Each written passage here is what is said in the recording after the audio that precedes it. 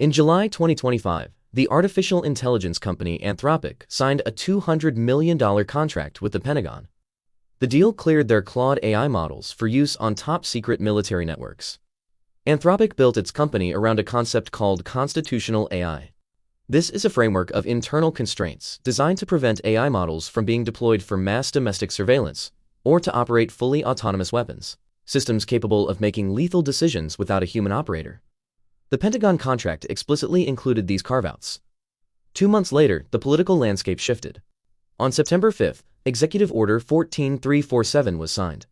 The order officially authorized the secondary title of Department of War for the Department of Defense, demanding a new posture of maximum lethality. The statutory name of the department remained the same, but the legal rebranding signaled an immediate shift in strategy. The government moved from building defensive digital infrastructure to integrating frontier AI into every level of the military kill chain. By early 2026, the newly appointed Secretary of War, Pete Hegseth, viewed Anthropic's internal safety constraints as direct obstacles to military operations. Hegseth issued an AI strategy memorandum with a strict new mandate. All Department of Defense AI contracts had to adopt standard any lawful use language.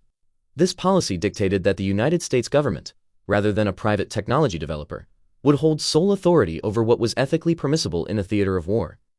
The ideological divide spilled into public view when the Department of War's undersecretary openly attacked Anthropic's leadership, calling CEO Dario Amodei a liar operating with a god complex. The conflict reached a breaking point during a private meeting on February 24, 2026. Secretary Hegseth delivered a 72-hour ultimatum directly to Amodei. Anthropic had until 5:01 p.m. that Friday to remove all safety restrictions from its models, or the company would be completely cut off from the federal budget. Anthropic had to make a choice. They could either dismantle the ethical architecture their entire company was built on, or face total erasure from the massive federal ecosystem. Amodei refused. In a company-wide memo, he wrote that Anthropic could not in good conscience allow its technology to be weaponized for surveillance or autonomous killing, citing the incredibly high risk of catastrophic AI error. The government's retaliation hit exactly at the deadline. At 5:02 p.m., the president ordered all federal agencies to immediately cease using Anthropic. Simultaneously, Secretary Hegseth announced the company would be formally designated a supply chain risk. A supply chain risk designation is a severe legal weapon. Historically, the United States has strictly reserved this label for foreign adversaries like Huawei to block them from U.S. infrastructure. By applying it to a domestic corporation, the administration triggered a cascading blacklist. Under the terms of the designation, any independent company doing business with the U.S. military was instantly prohibited from using Anthropic's technology.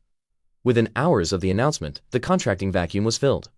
OpenAI's Sam Altman confirmed a new agreement with the Department of War. While OpenAI claimed to maintain unspecified internal red lines, their contract officially accepted the any lawful use framework that Anthropic had rejected. The administration bypassed the Epicor roadblock entirely. By threatening commercial destruction, they replaced a resistant contractor with a compliant one, demonstrating immense leverage over private technology developers. While the complex legal maneuvers played out in Washington, the military's push for rapid AI deployment had immediate physical consequences. On March 9, the standoff moved to the courts.